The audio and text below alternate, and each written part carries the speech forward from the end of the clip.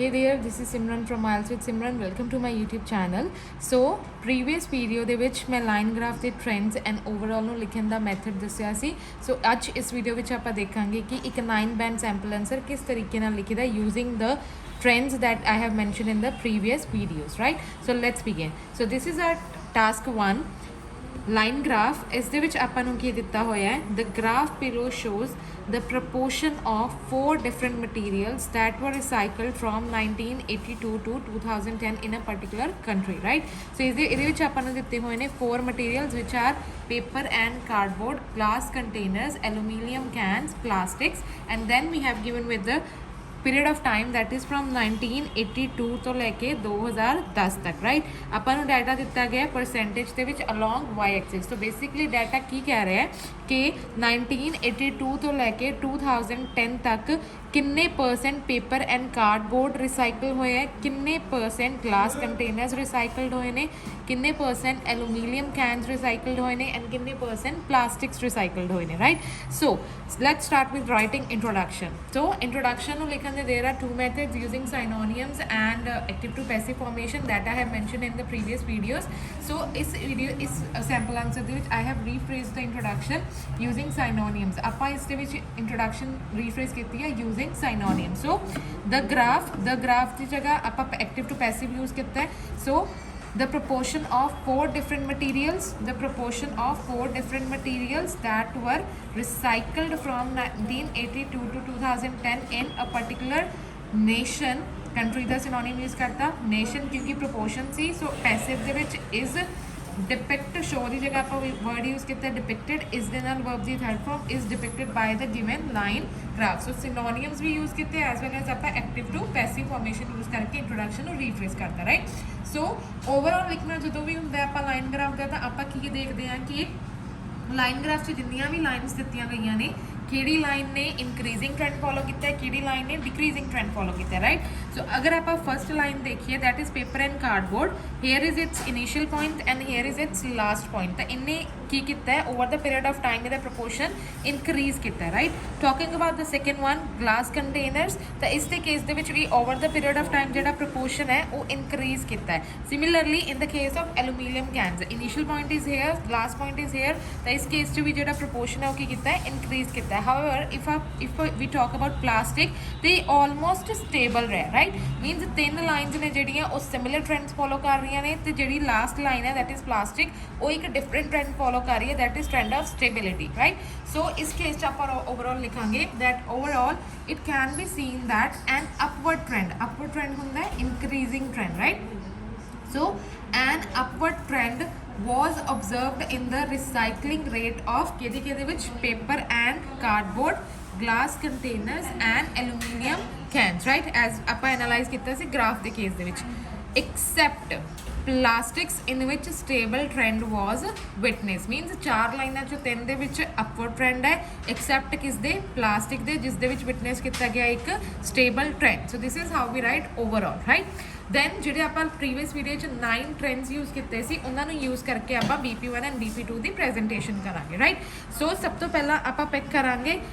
Paper and cardboard ਵਾਲੀ line ਨੂੰ, right? ਸੋ ਆਪਾਂ ਸਟਾਰਟ ਕਰਾਂਗੇ ਇਹਦੇ ਇਨੀਸ਼ੀਅਲ ਪੁਆਇੰਟ ਤੋਂ. ਸੋ ਇਸ ਦੇ ਵਿੱਚ ਅਗਰ ਆਪਾਂ ਦੇਖੀਏ ਤਾਂ initial point of paper and cardboard recycling is 65%, right? so having a myopic look, it is vivid that the proportion of recycling of paper and cardboard, this is our thing, was almost 65 in 1982. this is the simple data presentation ਵਾਲਾ trend, right? ਜਿਸ 'ਚ ਆਪਾਂ simply ਕੀ ਕੀਤਾ 1982 ਦਾ data present ਕਰਦਾ, right? ਹੁਣ ਇਸ ਤੋਂ ਬਾਅਦ ਦੱਸਾਂਗੇ ਕਿ ਇਹ ਕਿਵੇਂ ਇਨਕਰੀਜ਼ ਕੀਤਾ, ਕਿਵੇਂ ਇਹਦੇ 'ਚ ਚੇਂਜਸ ਆਏ, right?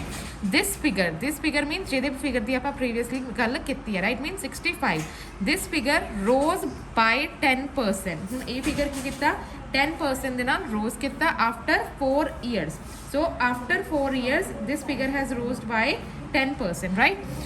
And again in 1990 the data reached at the same point as was in 1982. so again 4 साल बाद की होया 1990 ਦੇ ਵਿੱਚ ਡਾਟਾ ਸੇਮ ਪੁਆਇੰਟ ਤੇ ਆ ਗਿਆ ਜਿਸ ਪੁਆਇੰਟ ਤੇ 1982 ਦੇ ਵਿੱਚ ਸੀਗਾ ਰਾਈਟ ਸੋ ਆਪਾਂ ਇੱਥੇ ਯੂਜ਼ ਕੀਤਾ ਇਨਕਰੀਜ਼ ਟੂ 2 ਵਾਲਾ trend then the recycling rate of paper and cardboard reached its peak point here is its peak point ਆਪਾਂ ਨੂੰ ਪਤਾ ਲੱਗ ਗਿਆ ਕਿ ਇਹ peak point ਹੈ ਇੱਥੇ ਆਪਾਂ ਟ੍ਰੈਂਡ ਯੂਜ਼ ਕਰਤਾ peak point ਵਾਲਾ right so the recycling rate of paper and cardboard reached its peak point in 1994 at 80 ਕਿੱਥੇ ਪਹੁੰਚ ਗਿਆ 80 ਤੇ thereafter it kept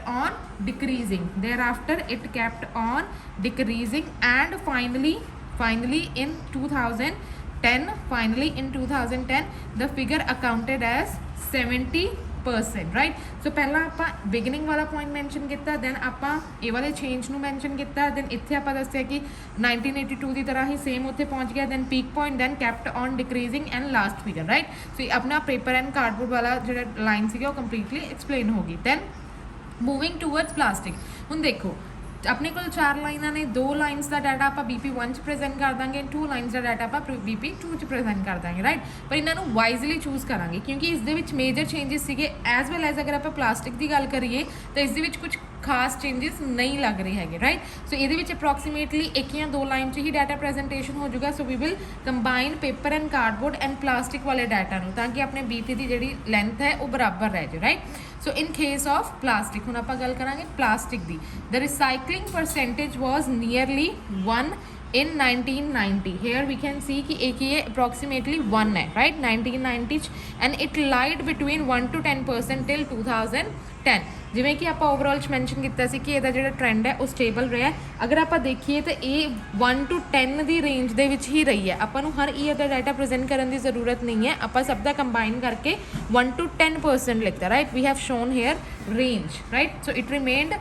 it lied between 1 to 10% till 2010 right ਹੁਣ next ਆਪਣੇ ਕੋਲ ਰਹਿ ਗਏ glass containers and aluminum cans so glancing further with regards to glass containers ਹੁਣ ਆਪਾਂ ਗੱਲ ਕਰਾਂਗੇ glass containers the the recycling rate in 1982 was 50 which decreased by 10 in 1990 so recycling rate 1982 ਦੇ ਵਿੱਚ ਕਿੰਨਾ ਸੀਗਾ 50 ਜੋ ਕਿ 10 ਦੇ ਨਾਲ ਡਿਕਰੀਜ਼ ਕਰ ਗਿਆ ਦੇਖੋ 1990 50 ਤੋਂ ਆ ਗਿਆ 40 ਦੇ ਮੀਨਸ ਡਾਟਾ ਡਿਫਰੈਂਸ ਕਿੰਨਾ ਆ ਗਿਆ 10 ਦਾ ਸੋ ਇਹ ਟ੍ਰੈਂਡ ਆਪਾਂ ਯੂਜ਼ ਕਰਤਾ ਡਾਟਾ ਡਿਫਰੈਂਸ ਵਾਲਾ ਰਾਈਟ ਹੁਣ ਇੱਥੋਂ ਤੱਕ ਆਪਾਂ ਡਾਟਾ ਪ੍ਰੈਜ਼ੈਂਟ ਕਰਤਾ ਨੈਕਸਟ ਆਫਟਰ ਦੈਟ